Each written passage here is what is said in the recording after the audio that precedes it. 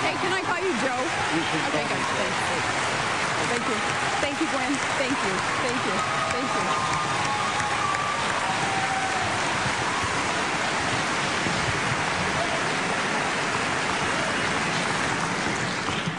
you. Welcome to you both. As we had determined by a coin toss, the first question will go to Senator Biden with a 90-second follow-up from Governor Palin. The House of Representatives this week passed a bill, a big bailout bill, or didn't pass it, I should say. The Senate decided to pass it, and the House is wrestling with it still tonight. As America watches these things happen on Capitol Hill, Senator Biden, was this the worst of Washington or the best of Washington that we saw play out? Well, let me begin by thanking you, Gwen, for hosting this. And Governor, it's a pleasure to meet you, and it's a pleasure to be with you. I think it's neither the best or worst of Washington, but it's evidence of the fact that the economic policies of the last 8 years have been the worst economic policies we've ever had. As a consequence, you're seeing what's happened on Wall Street. If you needed any more proof positive of how bad the economic theories have been, this excess of deregulation, the failure to oversee what was going on, letting Wall Street run wild, I don't think you needed any more evidence than what you've seen now. So the Congress has been put, Democrats and Republicans have been put in a very difficult spot. But Barack Obama laid out 4 basic criteria for any kind of rescue plan here. He first of all said there has to be oversight. We're not going to write any check to anybody unless there's oversight of the Secretary of Treasury. He secondly said you have to focus on homeowners and folks on Main Street. Thirdly, he said that if you have to treat the taxpayers like investors in this case. And lastly, what you have to do is make sure the CEOs don't benefit from this, because this could end up in the long run people making money off of this rescue plan. And so as a consequence of that, it brings us back to maybe the fundamental disagreement between Governor Palin and me and Senator McCain and Barack Obama. And that is that we're going to fundamentally change the focus of the economic policy. We're going to focus on the middle class, because it's when the middle class is growing, the economy grows and everybody does well, not just focus on the wealthy in corporate America. Thank you, Senator. Governor Palin? Thank you, Gwen, and I think the Commission also, we appreciate this privilege of being able to be here and speak with Americans. You know, I think a good barometer here as we try to figure out, has this been a good time or a bad time in America's economy, is go to a kid's soccer game on Saturday and turn to any parent there on the sideline and ask them, how are you feeling about the economy? And I'll bet you're going to hear some fear in that parent's voice. Fear regarding the few investments that some of us have in the stock market. Did we just take a major hit with those investments?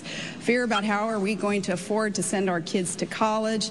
A fear as small business owners, perhaps how we're going to borrow any money to increase inventory or hire more people.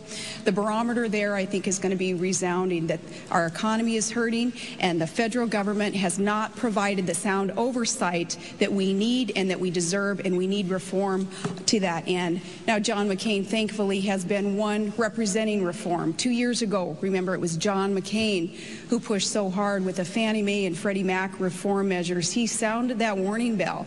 People in the Senate with him, his colleagues, didn't want to listen to him and wouldn't go towards that reform that was needed then. I think that the alarm has been heard, though, and there will be that greater oversight, again, thanks to John McCain's bipartisan efforts that he was so instrumental in bringing folks together over this past week, even suspending his own campaign to make sure he was putting obsessive politics aside and putting the country first. You both would like to be vice president. Senator Biden, how, as vice president, would you work to shrink this gap of polarization which has sprung up in Washington, which you both have spoken about here tonight? Well, that's what I've done my whole career, Gwen, on very, very controversial issues, from dealing with violence against women to putting 100,000 police officers in the street to trying to get something done about the genocide that was going on in Bosnia. And I have been able to reach across the aisle. I think it's fair to say that I have almost as many friends the Republican side of the aisle as I do the Democratic side of the aisle. But am I able to respond to, are we able to stay on the on you the may, top? if you like. Yeah, well, you know, until 2 weeks ago, it was 2 Mondays ago, John McCain said at 9 o'clock in the morning that the fundamentals of the economy were strong. 2 weeks before that, he said, George, we've made great economic progress under George Bush's policies. 9 o'clock, the economy was strong. 11 o'clock that same day, 2 Mondays ago, John McCain said that we have an economic crisis. It doesn't make John McCain a bad guy, but it does point out he's out of touch. Those folks on the sidelines knew that 2 months ago. Governor Palin, you may respond. John McCain, in referring to the fundamental of our economy being strong, he was talking to and he was talking about the American workforce, and the American workforce is the greatest in this world, with the ingenuity and the work ethic that is just entrenched in our workforce. That's a positive, that's encouragement, and that's what John McCain meant. Now, what I've done as a governor and as a mayor is truly had that track record of reform, and I've joined this team that is a team of mavericks with John McCain, also with his track record of reform, where we're known for putting partisan politics aside to just get the job done.